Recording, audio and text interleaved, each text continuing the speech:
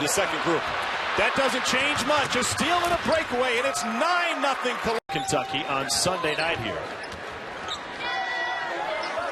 But this is a Wildcats team which is not only undefeated, but they've only trailed for 36 minutes coming into this game, and they've been behind every moment of this one. Look at the floor spacing. Nobody in the paint for Columbia. They like to space you out. They have no problem operating their offense behind the NBA three-point line. Quick look inside and a skip to the corner. Great ball movement. A three is good. That's all the way for 19 minutes.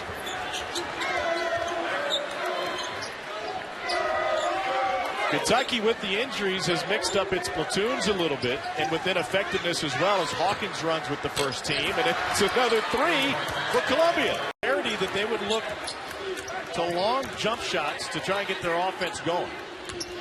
Maodo low, finger roll is good. Well, where's the rotation and their size underneath to score? It's kind of who Kentucky is right now, isn't it? A post-up team. They're not a three-point shooting team, at least not the last couple of games. Maodo low, a deep three. Got another one! Opportunities, and I think that starts by, first of all, making shots and then getting up in the press. Largest lead of the game for Kentucky. Frankowski picked up his dribble.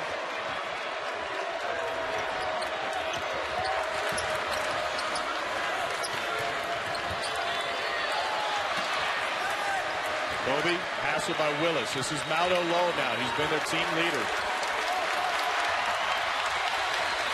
Using Osakowski. Got it. That one just snuck over the front. He was a little deep right on the rim. He should have just come down with it, gathered himself, and just pounded it through.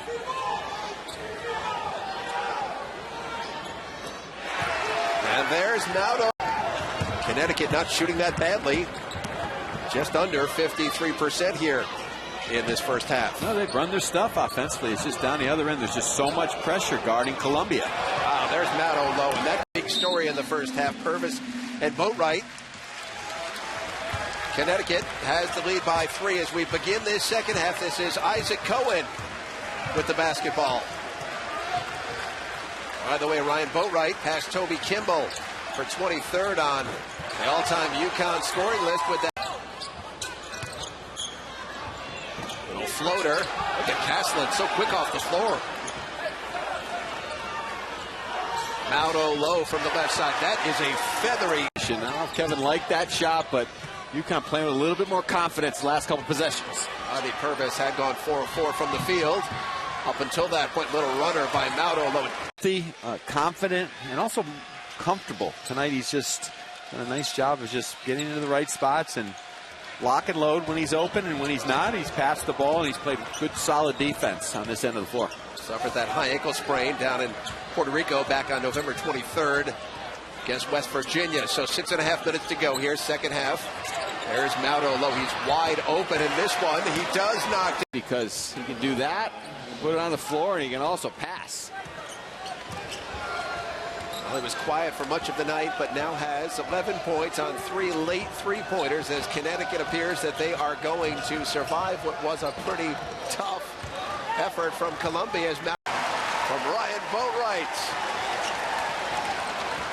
He dives to the rim like that. He's fun to watch. Well, that's not a play that Kevin had in his NBA playbook that is so diverse, and he's used.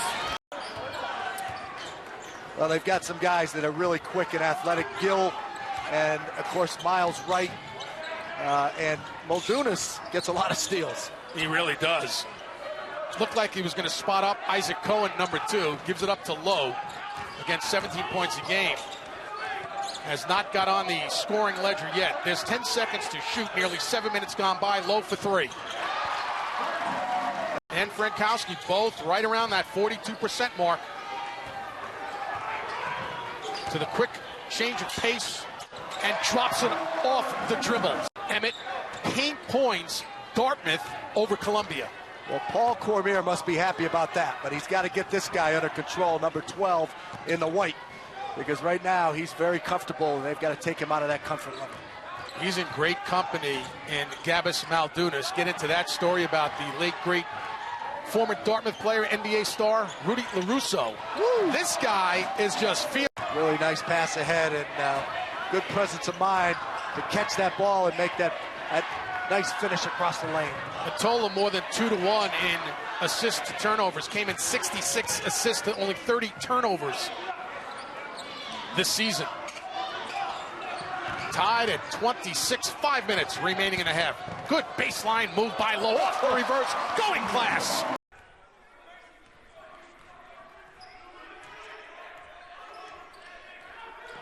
Lowe working against Matola. Down the side of the lane, off the glass, good. Crescenzi. Maldunas off Davis's knee. 3-on-1 opportunity. Lowe down the side of the lane. Layup good.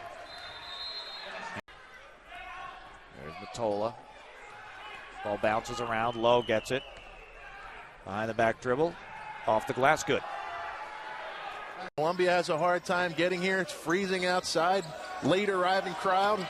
They can join the club. The Dallas Stars and the Atlanta Hawks know exactly what they went through in Boston this week. Here's our first look at Maodo Lowe, and his three begins the game. Loves that. Maodo makes a play like that. Big things usually happen. The series began, by the way, in 1901. The score of that first game, 11-9. Kind of like the Harvard Yale first half last week. Maodo Lowe from the corner. Stop it. He passes the eye test. Every time you watch him play, he does it right. Steal on a run out. So does Maodo Lowe. He passes every eye test there. He's trying. Cohen playing him tough. Spin back. Saunders gobbled up. Help came from Kobe. And here's Maodo Lowe again. Lowe with the finish.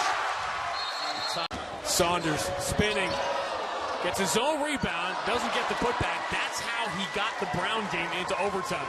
By getting his own rebound just like that.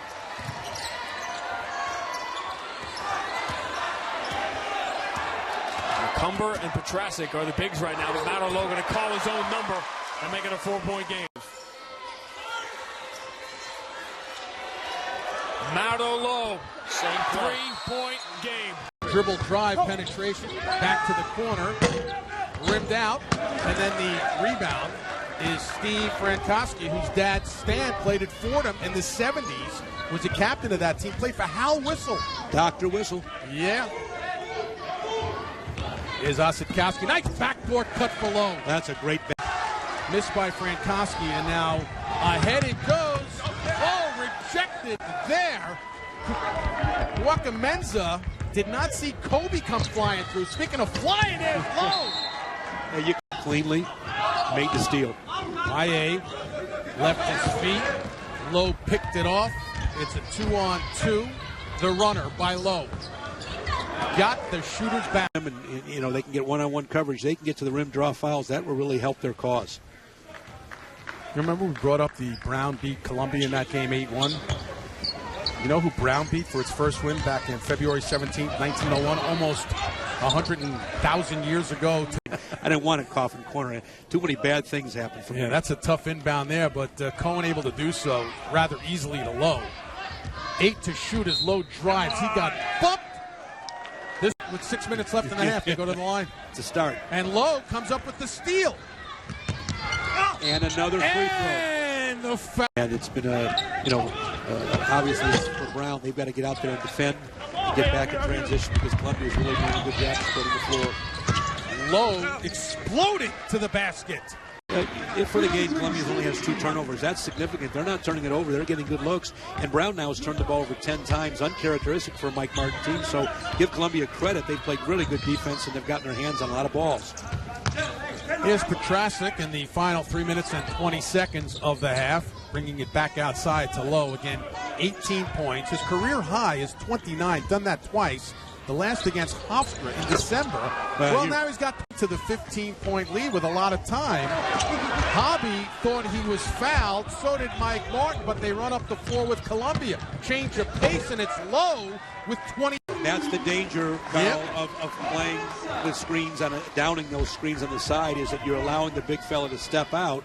It's an effective way to play ball screens, but if you have a big guy, he can make that shot. He's made that twice in the game. Absolutely. He's got 14 now, Ben. Well, that's what you must do against that kind of defense. Career high. Now you can do a little bit something as they do press and bring the guys into the backcourt. Here's Lowe. Oh, what a great job. He keeps his head up. That's the key, Carl. He sees the floor. You don't want to dribble into pressure with your head down. That's inviting traps and double teams. Kobe There's Petrasic. Now you want to milk clock right now with 3:45 left, up 16. Well, I like the idea of going inside early. Well, that just tied.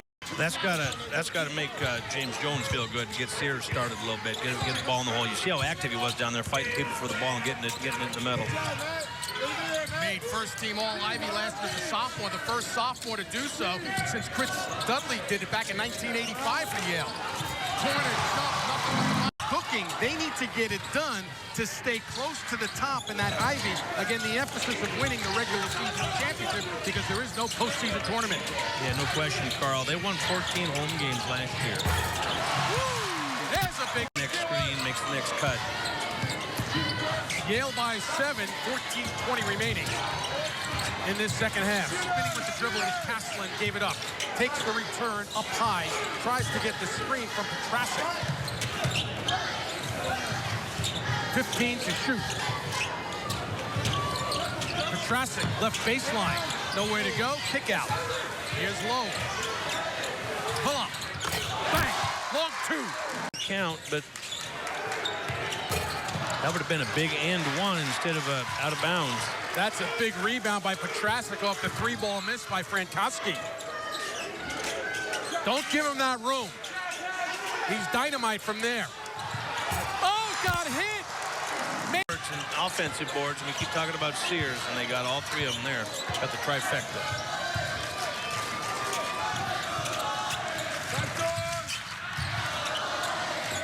$20 on the shot clock.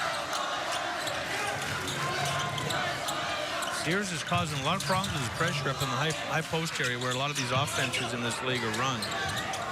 10 to shoot, long three.